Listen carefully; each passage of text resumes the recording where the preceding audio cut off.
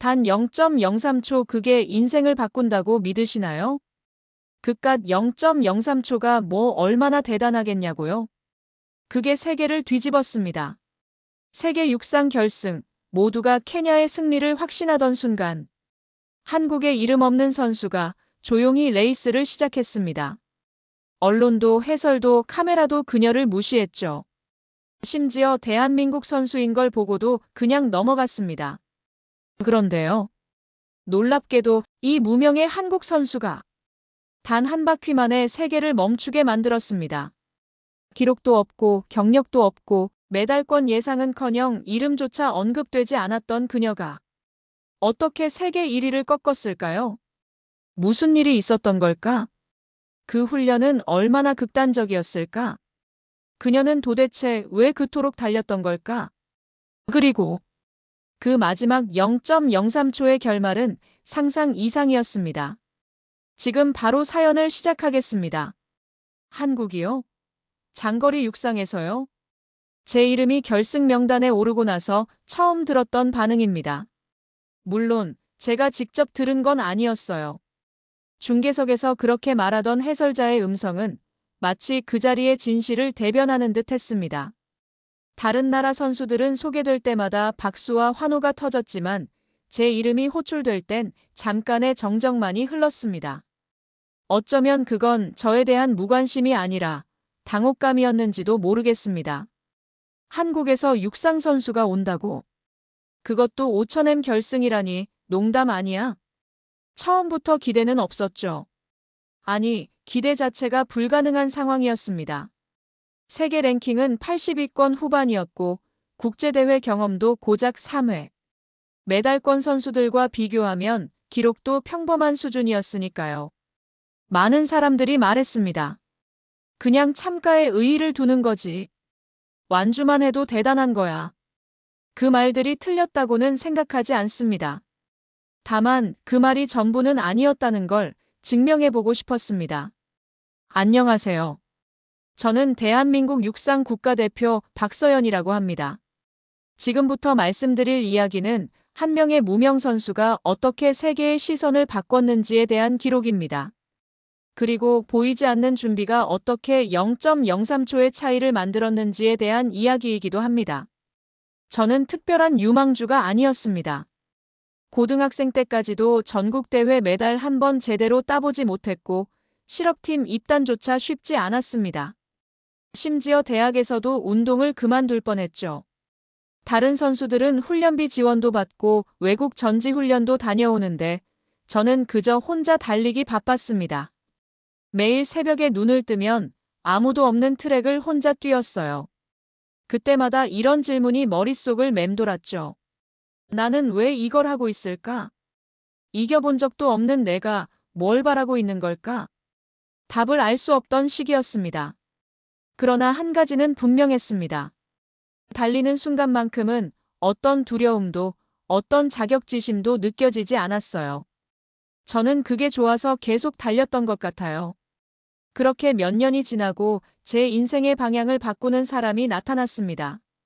바로 제 코치가 된 이도현 선생님이었습니다. 이도현 코치님은 군사훈련 교관 출신이셨습니다. 처음 만났을 때도 뭔가 범상치 않은 느낌이 있었죠. 나는 너를 선수로 만들고 싶지 않다. 전사로 만들고 싶다. 그 말이 첫 인사였으니까요. 사실 처음엔 반신반의했습니다. 그런데 훈련이 시작되자 저는 깨달았습니다. 이분은 진짜였어요. 하루 4시간 수면, 아침 4시 기상, 기온이 영하로 떨어지는 날에도 야외 인터벌. 훈련 장소는 때로는 고산지대, 때로는 바닷가였습니다. 숨이 안 쉬어질 정도로 고도 적응 훈련을 한 다음 날 습도 90%의 해양성 기후에서 15km 지속주를 하는 시기였죠. 그리고 그 모든 것을 데이터로 기록했습니다.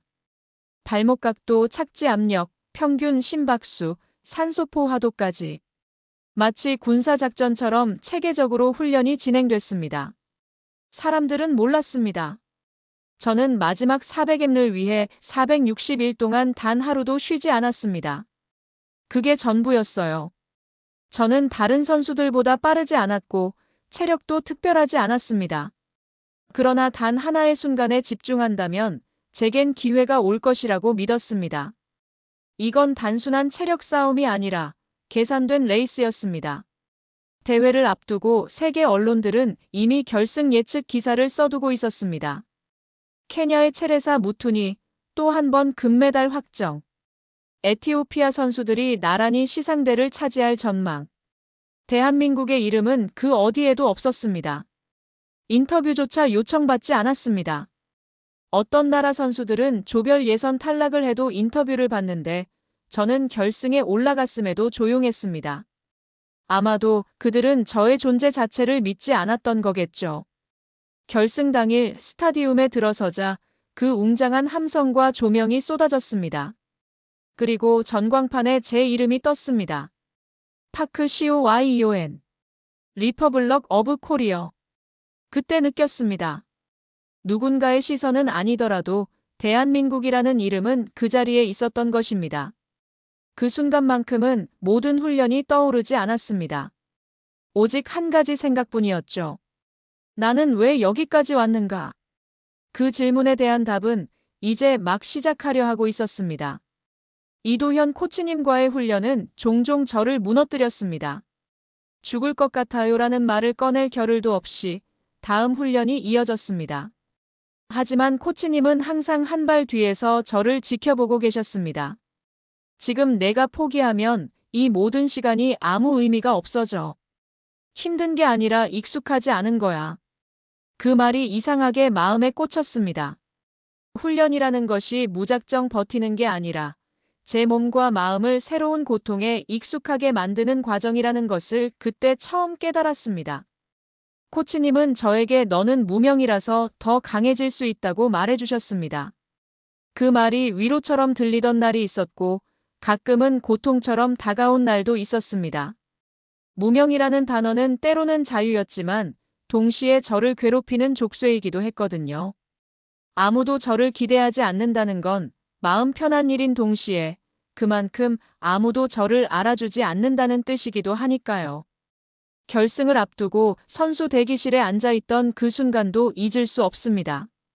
케냐 선수단은 이미 축제 분위기였고 에티오피아 선수들은 서로 어깨를 두드리며 미소를 주고받고 있었습니다. 그들에겐 이 무대가 익숙한 전장이었겠죠. 반면 저 혼자만 이질적인 풍경 속 이방인이 된 느낌이었습니다. 다들 준비된 챔피언처럼 보였고 저는 그저 초대받지 않은 관객처럼 느껴졌습니다.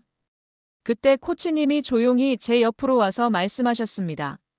사람들이 너를 무시할수록 너는 더 자유로워진다. 그 누구도 너에게 무거운 기대를 걸지 않았기 때문에 지금 이 순간 너는 누구보다 가볍게 뛸 수 있어. 그리고 조용히 제 손바닥을 펴 보이셨습니다. 그 위에는 조그만 종이 쪽지가 있었어요. 펴보니 거기엔 이렇게 적혀 있었습니다. 0.03초는 준비의 이름이다. 이 한 줄이 제 심장 깊은 곳에서 불꽃처럼 타올랐습니다. 그 순간부터 저는 완주만 해도 성공이다라는 말의 무게를 걷어냈습니다. 저는 단순한 참가자가 아니라 오늘 이 경기의 주인공이 될 준비가 되어 있었으니까요. 스타디움으로 들어가는 복도를 지나면서 저는 깊게 숨을 들이마셨습니다. 그날 공기는 유난히 차가웠고 붉은 트랙 위로 떨어진 조명이 피부에 스며드는 듯 했습니다. 전 세계의 시선이 집중된 무대. 수많은 렌즈와 마이크, 수천 개의 플래시. 하지만 저에겐 오직 하나의 시선만이 중요했습니다. 한국에서 TV 앞에 앉아 저를 지켜보고 있을 가족과 후배들. 그리고 자신이 무명이라는 이유로 꿈을 포기하려는 누군가에게 나도 할 수 있어요라는 용기를 주고 싶었습니다. 스타팅 라인에 섰을 때 저는 한 발짝 뒤로 물러섰습니다. 굳이 선두 자리에 설 이유가 없었습니다. 제 자리는 항상 그림자 속이었고 오늘도 마찬가지였습니다. 하지만 이번엔 그림자에서 달려나올 준비가 되어 있었어요.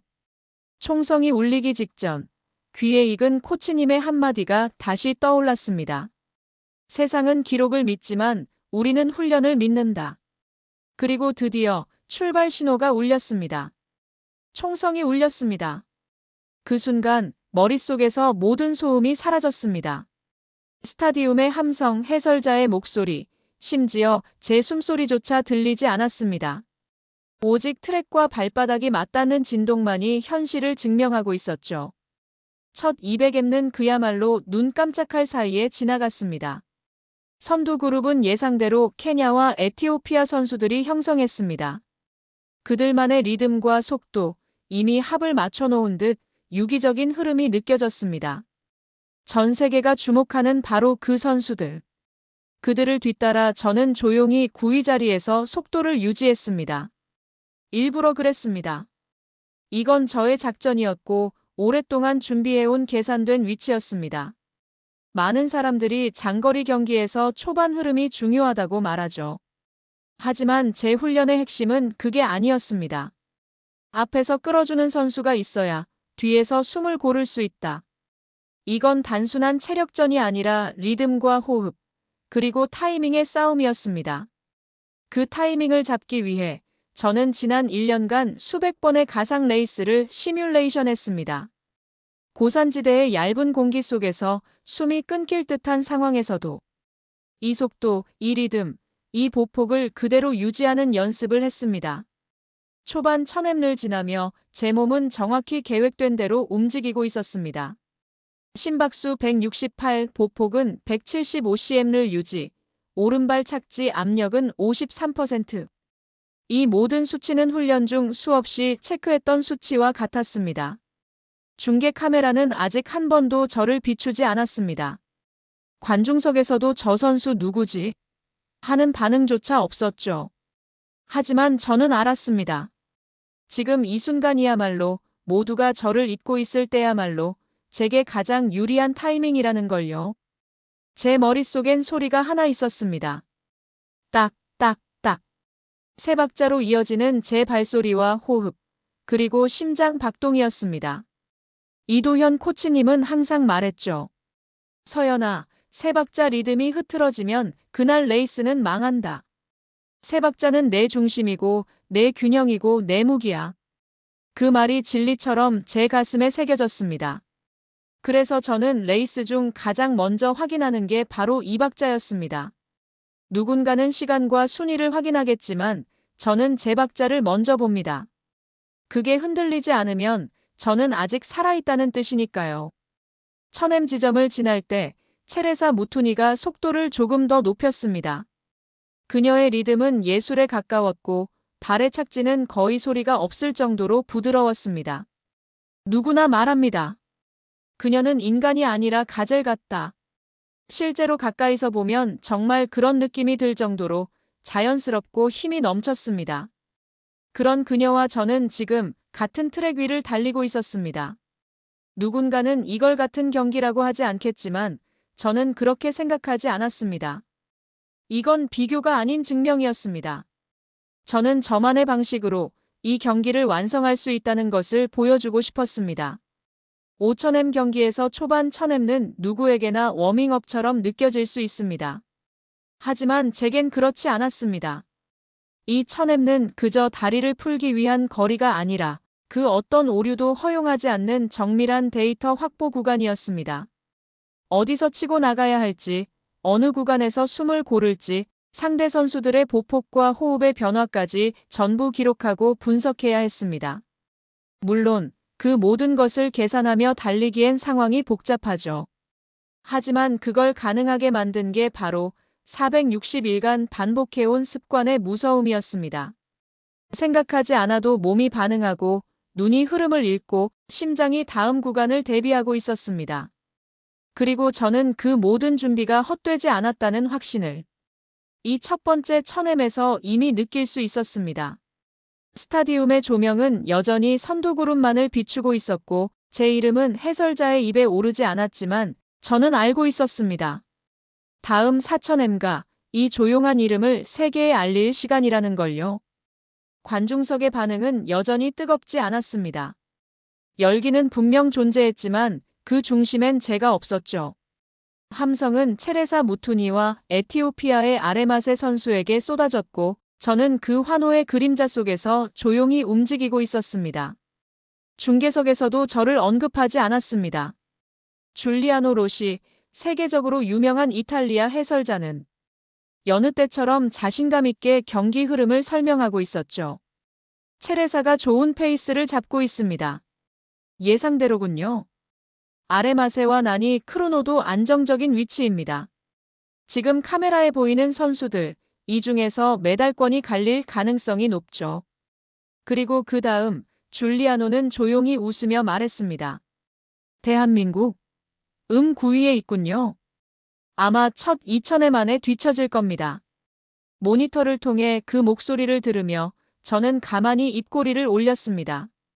그 말이 저를 자극하지 않았다고 하면 거짓이겠지만 정확히 말하자면 오히려 확신을 더해주는 말이었습니다.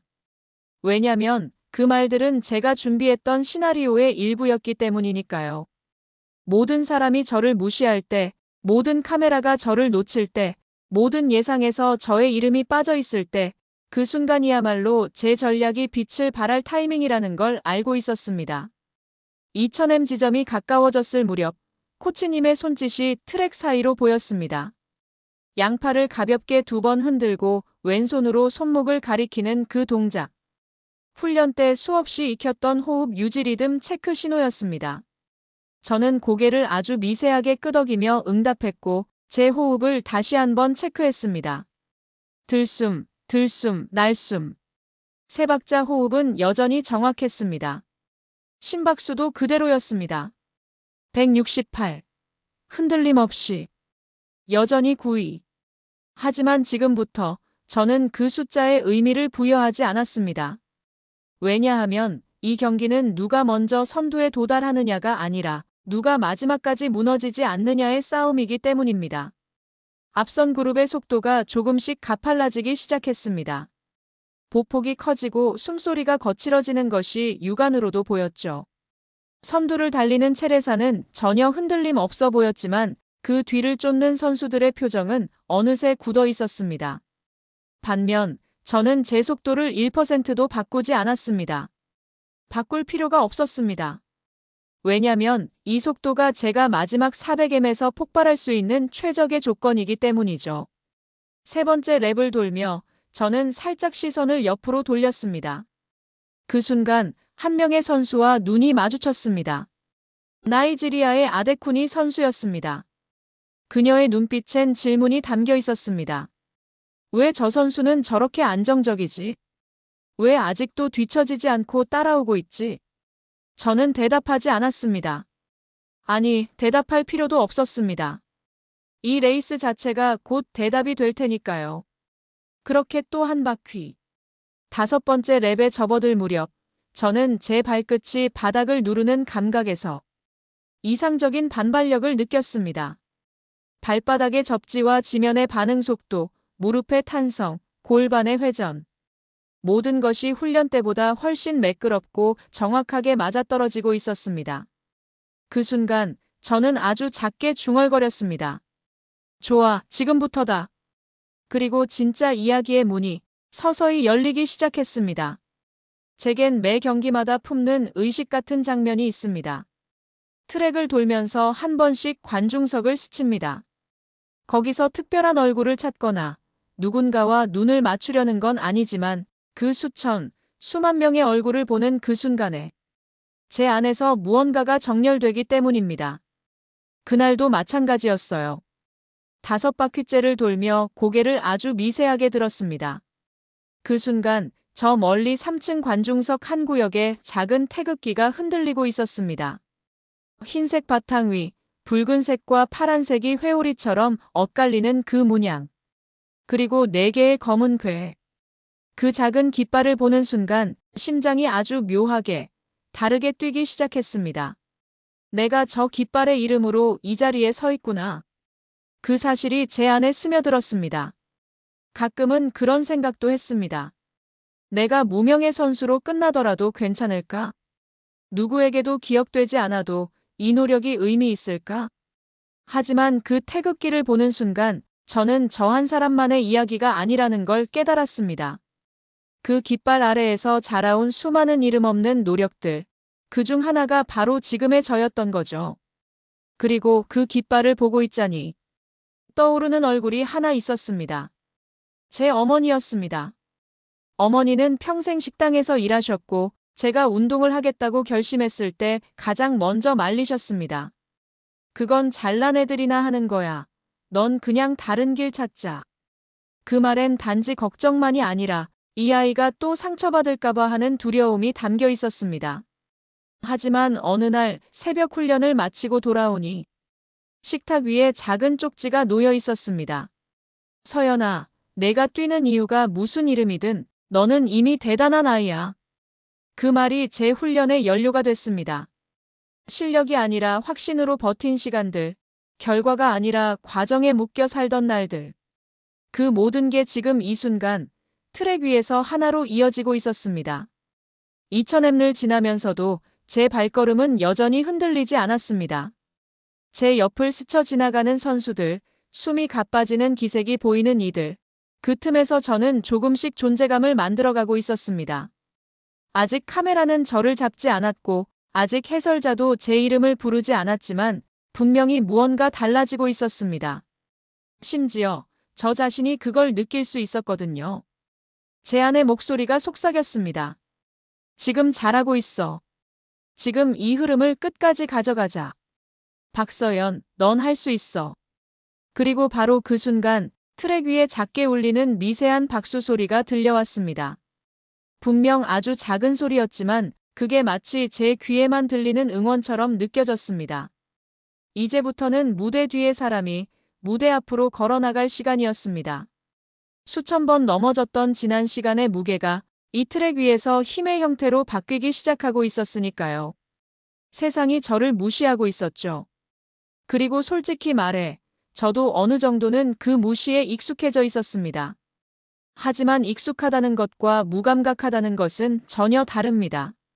관중의 시선, 해설자의 언급, 카메라 앵글 어디에도 제가 존재하지 않는다는 걸 인식하는 순간마다 심장은 분명 2번, 3번 더 크게 고동쳤습니다. 그러나 바로 그 지점이 제가 계획한 출발선이었습니다. 2500m를 돌기 시작하면서 제 몸은 본격적으로 두 번째 단계의 모드에 진입했습니다. 전문적인 용어로 표현하자면 페이스 변조 구간, 하지만 저희 팀에서는 그걸 타격대기라고 불렀습니다.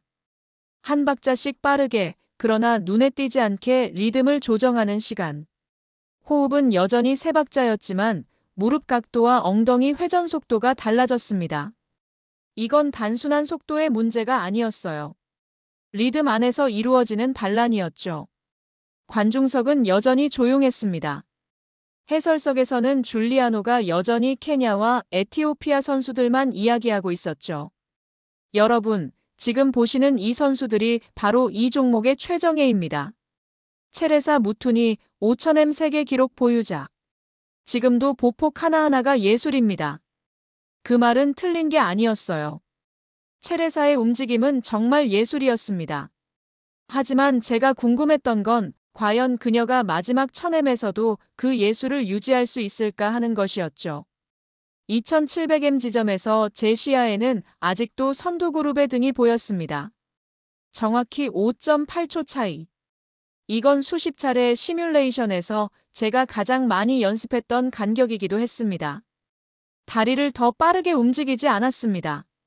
다만 착지 지점을 조금 더 앞당겼고 팔의 각도를 조금 더 안쪽으로 좁혔습니다. 이 작은 조정들이 총합적으로 1초당 7cm의 차이를 만들어냈습니다.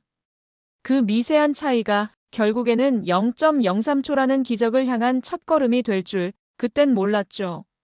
3000m를 돌고 나자 제가 예상했던 시점보다 조금 빨리 변화가 오기 시작했습니다. 체레사 무투니의 페이스가 흔들렸다는 건 아니었지만 그 뒤를 따르던 에티오피아 선수 중 한 명이 보폭을 줄이고 고개를 2~3번 좌우로 흔드는 모습이 보였어요. 왔구나. 제 안에서 어떤 목소리가 들렸습니다. 드디어 균열이 시작됐습니다. 이건 단순히 체력의 문제가 아니었습니다. 심리의 전쟁이 시작된 거였죠. 이 시점부터 저는 속도를 2% 끌어올렸습니다. 누구도 눈치채지 못할 정도의 상승폭. 단지 보폭이 5cm 더 커졌고 회복 주기가 0.2초 앞당겨졌을 뿐입니다. 하지만 그 미세한 조절이 세계 무대라는 이 거대한 시계 안에서 돌연 변화를 일으키기 시작했습니다. 이제부터 카메라가 저를 보기 시작했죠. 처음엔 단 한 컷이었습니다. 9위권에 있는 한국 선수 박서연. 아직은 잘 따라가고 있습니다. 그 한마디가 제 이름이 중계에 처음 등장한 순간이었습니다. 그리고 이상하게도 그 말이 들리는 순간 관중석에서 몇 명이 제 등번호를 가리키며 웅성거리는 것이 보였습니다. 저 선수가 누구지? 한국? 육상? 5000m 맞아? 그런 반응은 제겐 낯설지 않았습니다. 수없이 듣고 수없이 무시당했던 말들이었으니까요. 하지만 오늘만큼은 그 모든 질문이 관심이라는 새로운 형태로 저에게 쏟아지기 시작하고 있었습니다. 3500m 지점, 저는 7위였습니다.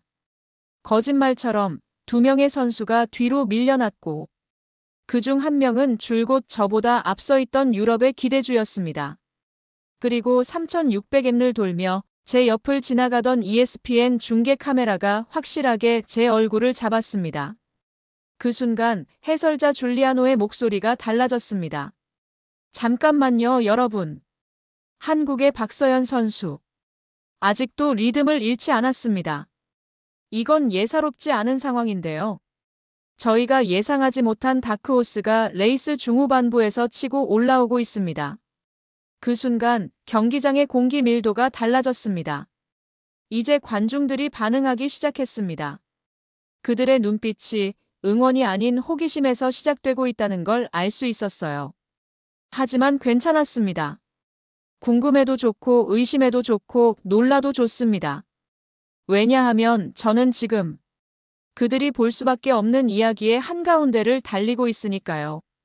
3600m를 넘어 3700m 지점을 통과할 때 제 눈에는 트랙 바닥이 조금 다르게 보이기 시작했습니다. 그게 진짜로 변한 건 아니었겠지만 사람이 어느 순간부터 시야가 흐릿해지고 초점이 어긋나는 것을 몸보다 눈이 먼저 느끼는 법이거든요. 왔구나. 저는 속으로 중얼였습니다. 이 시점이 바로 첫 번째 위기가 오는 구간이라는 걸 알고 있었기 때문입니다. 훈련 때도 늘 그랬습니다. 3700m 즈음이면 몸은 여전히 움직이지만 에너지가 분해되고 있다는 신호가 미세하게 전달되는 순간이 찾아왔습니다. 그날도 마찬가지였죠. 숨은 여전히 규칙적으로 쉬고 있었고 보폭도 훈련 수치 안에서 벗어나지 않았습니다. 하지만 무릎이 올라오는 각도가 눈에 띄게 줄어들기 시작했고 팔의 스윙도 자연스럽지 못했습니다. 이제부턴 내가 내 몸을 속이는 시간이야. 코치님이 자주 하셨던 말이 생각났습니다. 내가 지금 느끼는 힘듦은 진짜 내가 힘든 게 아니라 뇌가 위험을 예측해서 보내는 신호일 뿐이야. 그 신호를 믿지 말고 너의 훈련을 믿어. 그 말을 믿고 저는 훈련 내내 몸보다 신호를 견디는 법을 배웠습니다. 그래서 그날도 저는 제 몸이 보낸 신호를 무시했습니다. 이건 진짜가 아니야. 이건 훈련된 공포야. 나는 지금부터 시작이야. 그리고 다시 고개를 들었습니다. 그때 코치님의 손동작이 눈에 들어왔습니다. 왼손을 가볍게 3번 흔든 다음 주먹을 한 번 쥐고 다시 손바닥을 펴는 동작. 호흡 정비 후 속도 10% 유지하라는 의미였습니다. 저희만의 비언어적 통신 코드였죠. 하지만 그 순간 저는 이상하게도 그 동작이 익숙한 동시에 뭔가 어긋났다는 기분이 들었습니다. 지금 이 타이밍이 맞나? 훈련할 땐 항상 4000m를 넘은 후에 나오는 신호였는데 지금은 약간 이른 감이 있었습니다. 혹시 제가 예상보다 빠르게 지쳤다는 걸 코치님이 감지하신 걸까? 아니면 제가 지금 잘하고 있다고 믿고 있지만 실제로는 리듬이 무너지고 있다는 뜻일까? 그 짧은 순간의 혼란이 엄청난 혼선을 가져올 수 있다는 걸 저는 잘 알고 있었습니다. 육상에서 중요한 건 몸이 아니라 의심이 시작되는 그 찰나의 틈입니다. 내가 제대로 가고 있는 게 맞나? 이걸 계속 밀어붙여도 될까? 그 질문이 마음속에 스며드는 순간 보폭이 흔들리고 박자가 엇갈리기 시작합니다. 3700m에서 3800m까지 단 100m 구간이었지만 그 짧은 거리가 마치 10바퀴를 도는 듯한 느낌이었습니다. 제가 처음으로 머뭇거리기 시작했던 구간이었죠. 그때 제 왼편에서 바람을 가르며 누군가가 저를 추월해 갔습니다. 그 선수는 바로 케냐의 2선발 주자 나일라 은베카였습니다. 그녀는 예비 선두 그룹에서 떨어졌다가 다시 속도를 끌어올리며 복귀하는 중이었고 저를 추월하며 아주 짧은 시간 동안 제 얼굴을 흘끗 돌아봤습니다. 그 눈빛엔 이런 질문이 있었습니다. 그 정도였나? 정확히 그 한마디. 그건 아무 말도 없는 말이었지만 그 순간 저는 제 마음 한구석이 무너지고 있다는 걸 느꼈습니다. 그러나 그때 제가 마지막으로 할 수 있는 선택은 단 하나였습니다. 다시 원점으로 돌아가기. 심호흡을 3번 했습니다. 하나, 둘, 셋. 그리고 고개를 약간 숙이고 제 그림자에 집중했습니다. 서연아, 너는 누구였지? 너는 왜 여기까지 왔지? 그 460일 동안 뭐라고 중얼거리며 달렸더라. 그 순간 떠올랐습니다. 0.03초는 준비의 이름이다. 그 말은 단순한 문장이 아니라 저의 460일을 요약한 선언이었습니다. 그렇게 다시 시선을 앞쪽으로 고정하고 팔을 다시 뒤로 더 강하게 휘두르며 무릎을 더 들어 올렸습니다. 그리고 발가락이 지면을 찍는 감각을 다시 되살렸습니다. 3900m 지점. 저는 6위였습니다. 그리고 그 다음 바퀴, 저는 서서히 다시 5위권을 향해 다가가고 있었죠. 그 작은 회복이 결국 이 레이스의 흐름을 바꾸는 두 번째 신호가 되었습니다. 3900m 지점을 통과하면서 제 몸이 다시금 정렬되는 느낌을 받았습니다. 모든 것이 아주 미세하게 다시 자리를 찾고 있었습니다.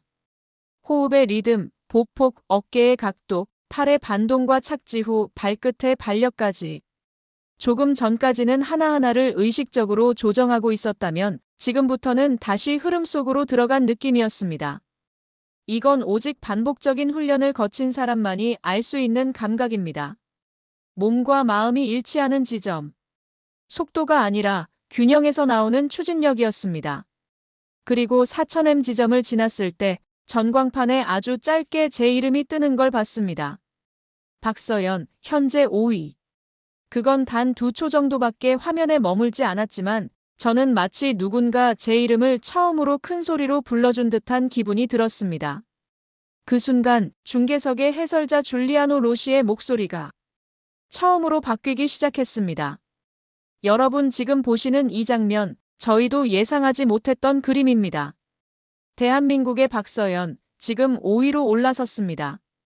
그녀는 경기 초반 내내 조용히 뒤에서 달리고 있었고 한 번도 이름이 언급되지 않았지만 지금 여러분, 이 선수가 살아있습니다. 그 한마디에 관중석이 조금 술렁였습니다.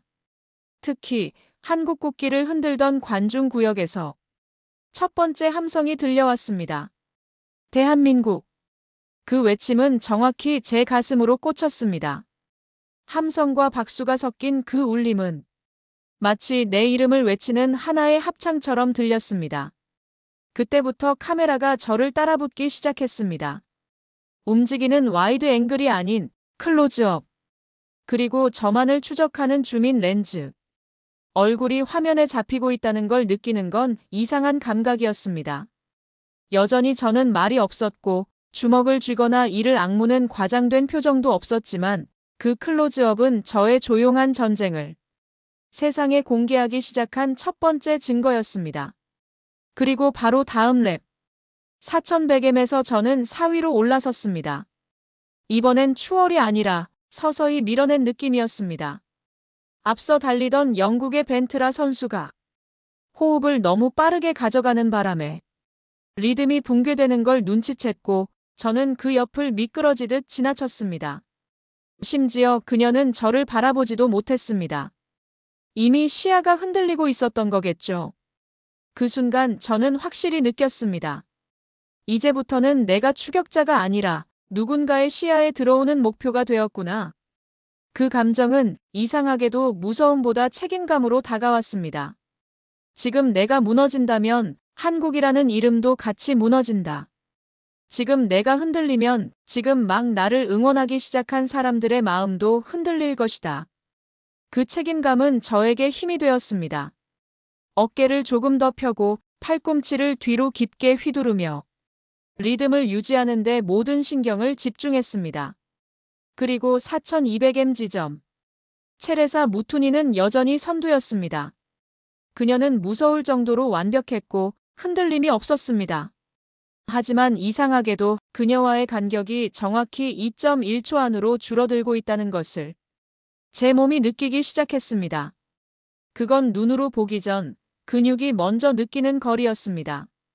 그리고 관중도 이제 그걸 느끼고 있었습니다. 사람들이 외쳤습니다. 저 한국 선수 뭐야? 진짜야? 체레사랑 거리 줄고 있어. 줄리아노의 중계 음성도 그 전과는 완전히 다른 톤으로 바뀌어 있었습니다. 여러분, 이건 정말 놀라운 장면입니다. 우리는 오늘 대한민국의 무명 선수를 통해 경기의 정의가 바뀌는 순간을 목격하고 있습니다. 그 말에 제 몸속 깊은 곳에서 불이 붙는 듯한 감정이 올라왔습니다.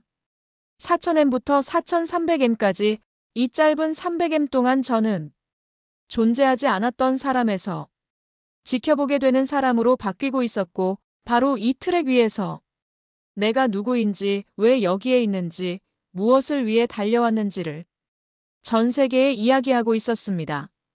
하지만 이야기는 아직 끝나지 않았습니다. 4200m 이후부터 저는 처음으로 경기장의 구조가 달라 보이기 시작했습니다.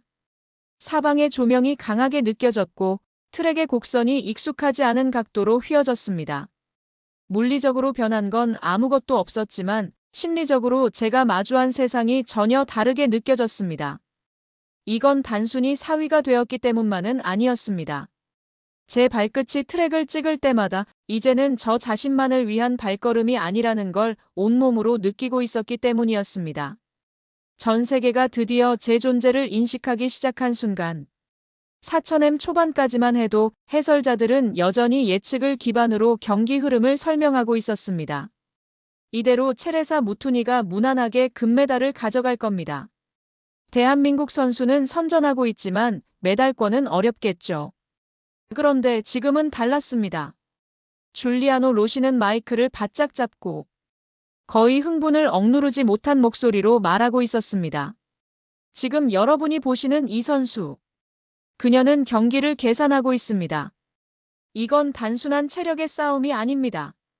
박서연은 전략적 레이스의 정석을 보여주고 있어요. 그 목소리가 제 등 뒤에서 들리는 듯 했습니다. 그 말 한마디가 제 심장을 조여왔습니다.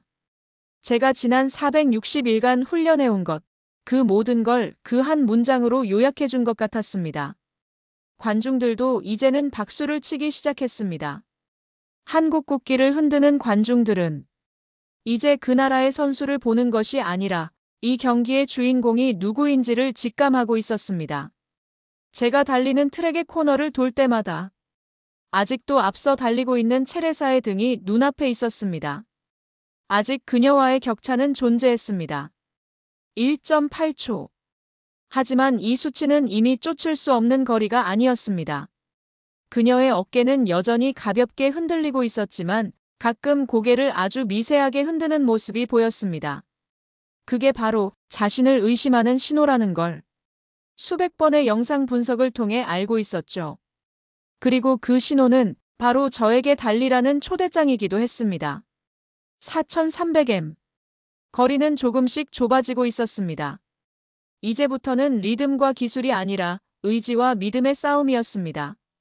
그때였어요. 전광판 아래 국제기자단 섹션에서 어떤 기자가 급히 노트북을 닫고 자리에서 벌떡 일어서는 모습이 보였습니다. 그 장면이 눈에 들어왔습니다. 예상 기사가 무너졌구나.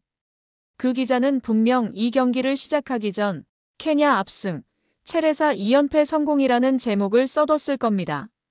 그런데 지금 그 제목이 흔들리고 있다는 걸 스스로 인지한 거겠죠. 그 흔들림이 곧 서사의 전환입니다.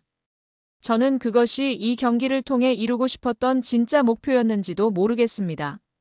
누군가에게 의심받고 무시당하고 배제당했던 이름이 이제는 주요 기사로 대체되고 있다는 사실. 그건 단순한 메달 이상의 의미였습니다. 존재의 입증, 목소리 없는 자의 발언권, 그리고 무명에서 전설로 향하는 발걸음. 4,400m를 돌고 드디어 앞서 있던 에티오피아의 아레마세가 페이스를 잃고 뒤로 처지기 시작했습니다. 그 순간 저는 3위 진입을 확신했습니다. 그러나 신중했습니다. 아직 600m가 남아 있었고 그 누구도 마지막 200m의 변수에서 자유로울 수 없다는 걸 너무 잘 알고 있었거든요. 하지만 제 마음은 어느새 평온해지고 있었습니다. 조명이 눈부시지도 않았고 관중의 함성은 점점 제 리듬과 동기화되고 있었고 트랙은 더 이상 좁지 않았습니다. 이제 여기서 역사가 시작될 수 있다. 그 확신이 제 몸 전체를 감쌌습니다. 코치님의 얼굴이 보였고 그는 아주 작게 거의 입모양만으로 말했습니다. 이제 너의 방식대로. 그 말은 그 자체로 명령이자 해방이었습니다. 제 훈련, 제 리듬, 제 계산. 모두가 무시했던 대한민국의 이름 없는 선수가 이제 세상 위에 자신의 레이스를 쓰고 있었습니다. 4,400m 지점. 몸이 느리게 반응하기 시작할 때였습니다. 하지만 그건 지쳤다는 뜻이 아니었습니다. 오히려 모든 감각이 정제되고 있다는 증거였죠. 이 시점에서 남은 에너지를 어떻게 분배할지, 어디에 집중하고 어디를 비워둘지, 저는 지금 그걸 계산하고 있었습니다. 앞서 달리고 있던 아레마세 선수의 보폭이 급격히 줄어들었고, 저는 거의 예술적인 곡선을 그리며 코너 안쪽을 타고 파고들었습니다. 순간 그 옆을 지날 때 그녀가 제게 시선을 던졌습니다. 그 눈빛엔 이건 예측 못한 일이야라는 당혹감이 고스란히 담겨 있었습니다. 그 한 걸음이 결정적인 추월이었고 그 순간 대한민국의 이름이 처음으로 메달권에 들어선 장면이 되었습니다. 3위입니다. 여러분, 지금 이 순간을 기억하십시오. 대한민국 박서연. 그녀는 지금 이 레이스에서 가장 강한 리듬을 유지하고 있습니다. 해설석의 줄리아노가 거의 고함에 가까운 목소리로 외쳤고 그 소리는 경기장 전체에 울려 퍼졌습니다. 그 소리를 들은 관중들이 마치 기다렸다는 듯 폭발적인 박수와 함성을 쏟아냈습니다. 거대한 경기장이 그 순간만큼은 오직 하나의 이름을 부르고 있었습니다. 박서연, 코리아. 그 외침은 제가 수천 번 꿈에서만 듣던 목소리였습니다. 누군가가 제 이름을 단순히 불러주는 것이 아니라 믿음과 함께 외쳐주는 순간. 그 순간 저는 지금 이 트랙 위에 서 있는 저 자신을 비로소 자신의 이름으로 받아들일 수 있었습니다. 사람들은 종종 자아를 깨닫는 순간을 말합니다. 저는 그게 바로 경기의 중간, 가장 숨이 가쁘고 땀이 눈을 가릴 때 온다는 걸 처음 알았습니다. 저는 이제 단지 완주를 목표로 하는 선수가 아니었습니다. 이제는 기록을 바꾸는 선수로 위치가 이동한 거였습니다.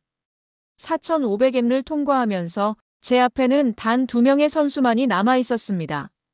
체레사 무투니, 그리고 그녀의 팀메이트이자 작년 동메달리스트인 루카 피엔다.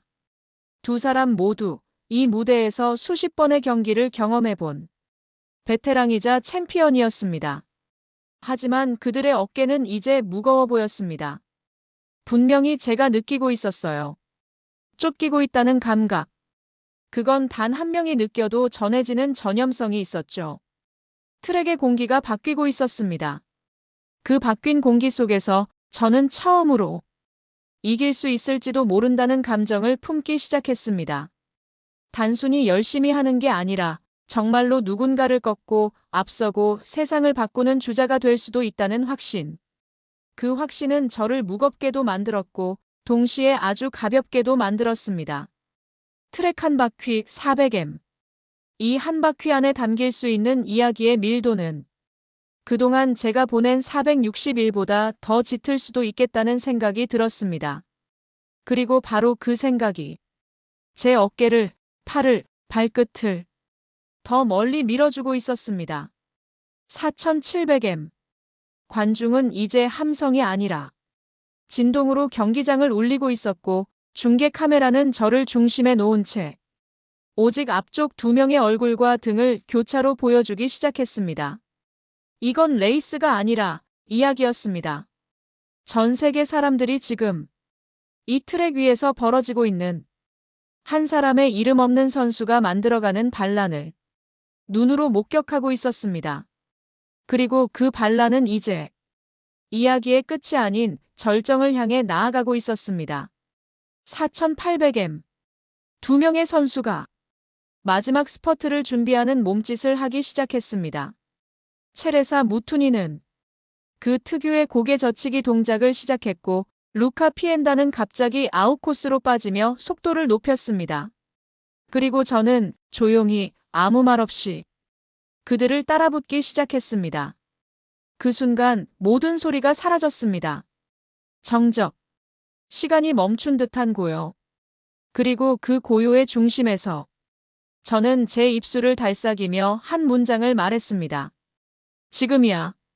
4800M. 이제 트랙은 단 한 바퀴만을 남겨두고 있었습니다. 저 앞에서 체레사 무투니가 조금씩 속도를 높이기 시작했고 루카 피엔다 역시 아웃코스로 파고들며 자신의 마지막 가속을 준비하는 동작을 보였습니다. 저는 그 두 명 사이 인코스 3레인에 있었습니다. 보통 이 위치는 스퍼트를 준비하는 선수가 취하는 자리죠. 그러나 이곳은 정상 바로 아래에 있는 협곡처럼 외롭고도 위험한 구간이기도 했습니다. 조금만 타이밍을 잘못 맞추면 추월은커녕 자신이 페이스를 잃고 무너질 수도 있었습니다. 하지만 저는 알고 있었습니다. 제가 지금 얼마나 정확하게, 얼마나 차분하게 이 지점을 준비해 왔는지를요. 지금이야. 그 한마디와 함께 저는 오른발로 지면을 세차게 디뎠습니다. 착지 이후 발끝이 지면을 박차며 바람을 뚫기 시작했고 엉덩이에서 무릎, 무릎에서 발목까지 완벽하게 이어지는 탄성의 흐름이 마치 제 몸이 활처럼 휘어졌다가 방아쇠가 당겨지는 듯한 느낌을 주었습니다. 제가 훈련 내내 갈고 닦았던 인코스 파고들기 스퍼트는 드디어 이 자리에서 그 진가를 드러내기 시작했습니다. 그 순간 경기장의 분위기가 바뀌었습니다. 중계 마이크에서 줄리아노 로시의 목소리가 터져나왔습니다. 오 마이 갓. 지금 대한민국의 박서연이 믿을 수 없는 스퍼트를 시작했습니다. 그녀는 지금 체레사 무투니의 안쪽을 미끄러지듯 파고들고 있습니다. 관중석에서 한 목소리로 와! 하는 함성이 터졌습니다. 그건 더 이상 응원이 아니라 함께 달리는 감정의 폭발이었습니다. 그 함성 속에서 저는 2위로 진입했습니다. 루카 피엔다를 넘는 순간 그녀는 깜짝 놀란 눈으로 저를 봤고 마치 자신이 무언가에 밀려났다는 사실을 믿지 못하는 듯한 표정을 지었습니다. 이제 오직 한 사람만 남았습니다. 체레사 무투니. 그녀는 여전히 안정적인 자세로 힘있게 발을 내딛고 있었습니다. 하지만 제가 가까워지고 있다는 걸 그녀도 느낄 수 있었던 것 같습니다. 그녀의 오른쪽 어깨가 아주 살짝 뒤로 밀렸고 그 미세한 반응이 저에게 확신을 주었습니다. 할 수 있다. 마지막 100M 진입. 저는 그녀의 바로 옆에 붙었습니다. 그리고 바로 그때였습니다.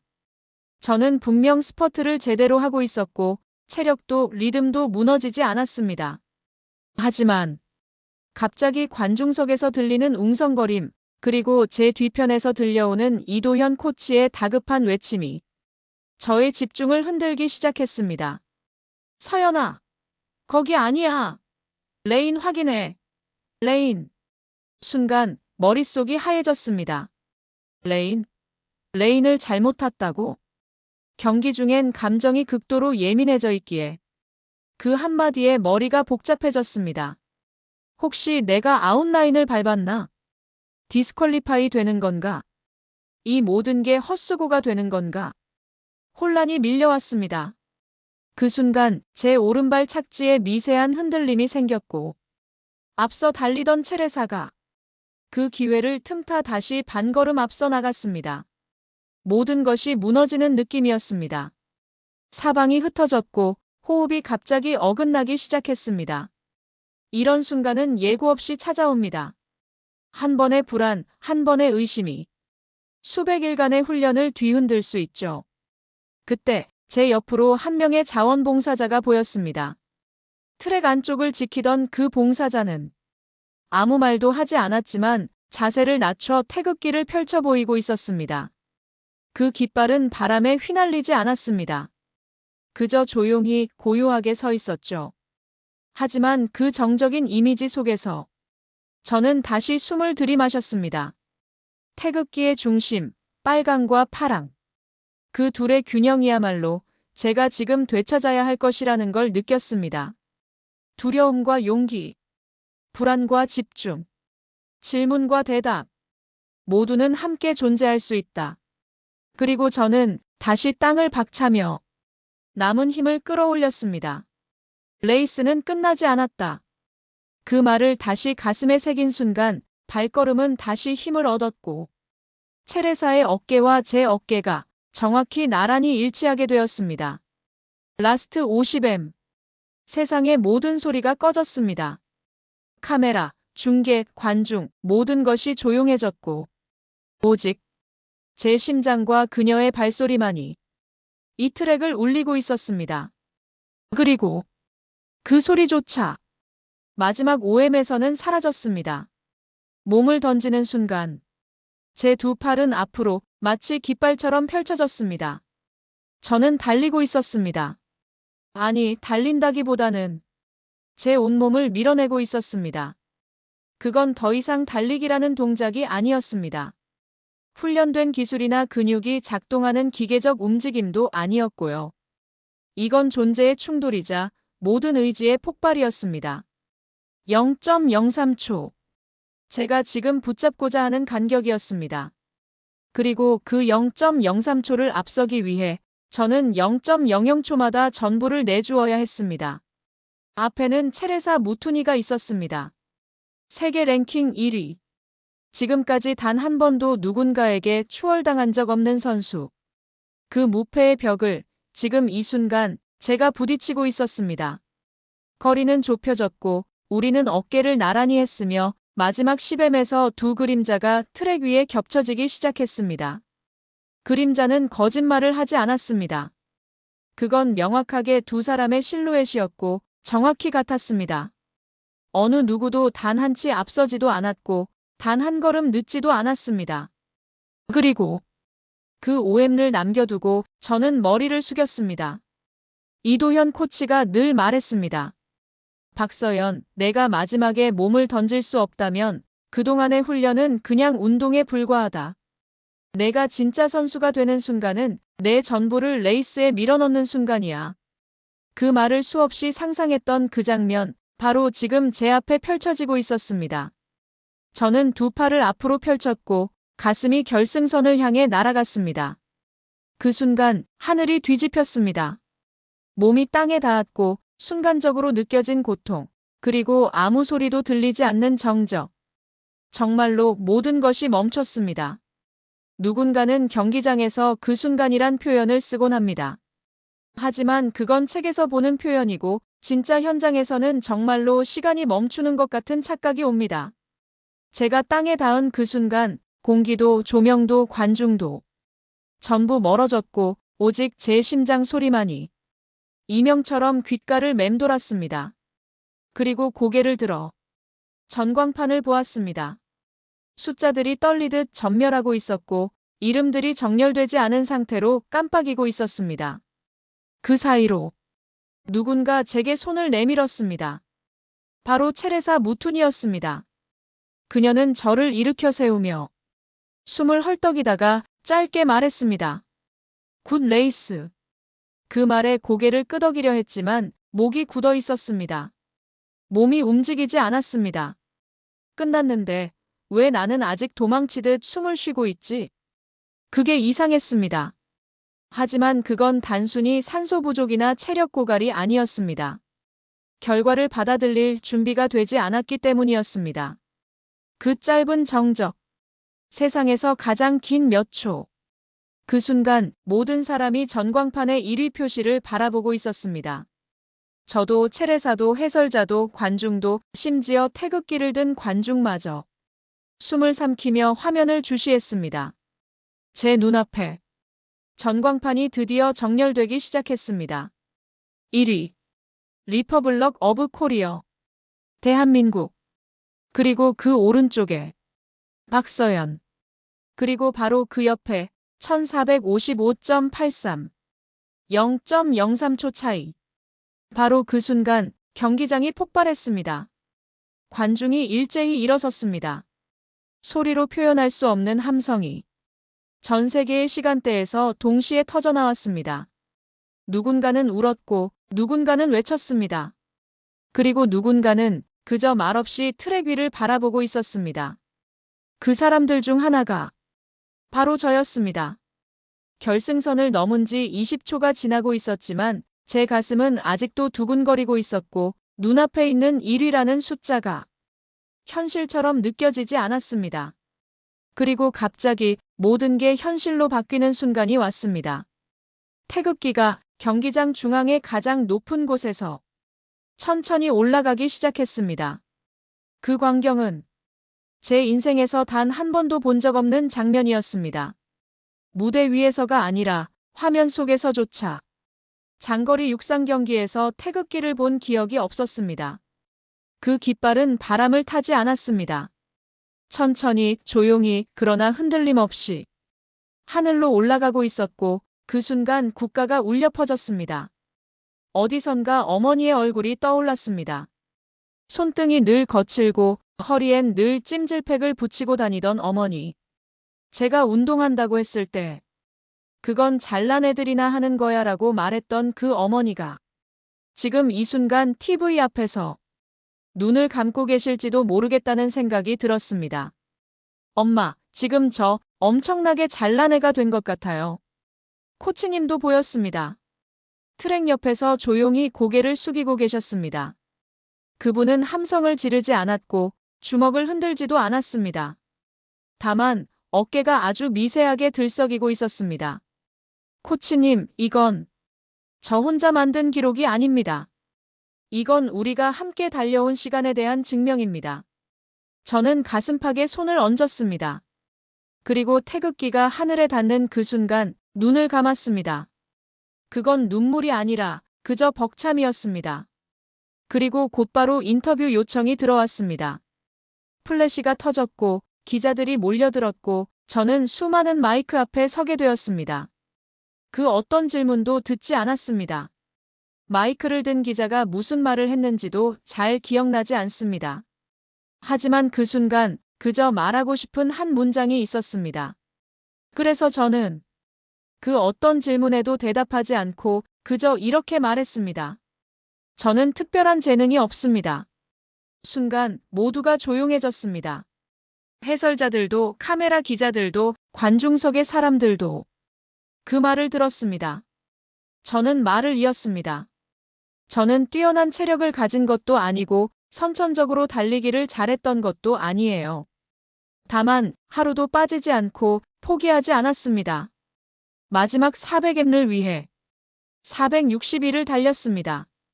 매일 새벽 4시에 눈을 뜨고 기록을 쌓고 혼자 트랙을 돌며 이 순간을 상상했습니다. 그래서 이 0.03초는 그냥 차이가 아니라 누적된 시간의 결과입니다. 이 기록은 누구든 쌓아 올릴 수 있는 거라고 생각합니다. 자신이 무명이라 느끼는 사람들, 기억되지 않는다고 생각하는 사람들, 이름조차 불리지 않는 사람들께 말씀드리고 싶어요. 당신도 준비하면 할 수 있어요. 그걸 증명하고 싶었습니다. 그 말을 마치고 나니 어느새 마이크 앞에 있던 기자들이 조용히 고개를 끄덕이고 있었습니다. 누군가는 눈시울을 붉혔고 누군가는 태블릿에 빠르게 타이틀을 적기 시작했습니다. 서울에 계산된 반란. 아시아의 기적. 이름 없는 자의 역사 쓰기. 박서연. 0.03초의 철학. 전 세계가 이 이야기에 이름을 붙이고 있었고 그 모든 이름 위에 저는 다시 한번 태극기를 올려두고 싶었습니다. 그리고 경기장을 떠나기 전 마지막으로 트랙을 한번 돌았습니다. 이번엔 달리지 않았습니다. 그냥 걷는 걸음으로 천천히, 정말로 천천히 돌았습니다. 그리고 스타팅 라인 앞에 멈춰 섰습니다. 그곳은 몇 분 전까지만 해도 누구도 기대하지 않았던 무명의 선수가 서 있던 자리였죠. 하지만 지금은 그곳에서 모든 이야기가 시작되었음을 알 수 있었습니다. 0.03초의 태극기. 그 이야기는 끝났지만 그 여운은 아마 오래도록 사람들 안에 남게 될 겁니다. 단지 한 명의 무명 선수가 0.03초의 반란으로 만들어낸 불가능의 증명, 희망의 계산, 그리고 조용한 혁명. 지금 이 영상을 보고 계신 여러분께 묻고 싶습니다. 당신만의 0.03초는 어디에 있나요? 그 준비는 지금부터 시작하셔도 늦지 않습니다.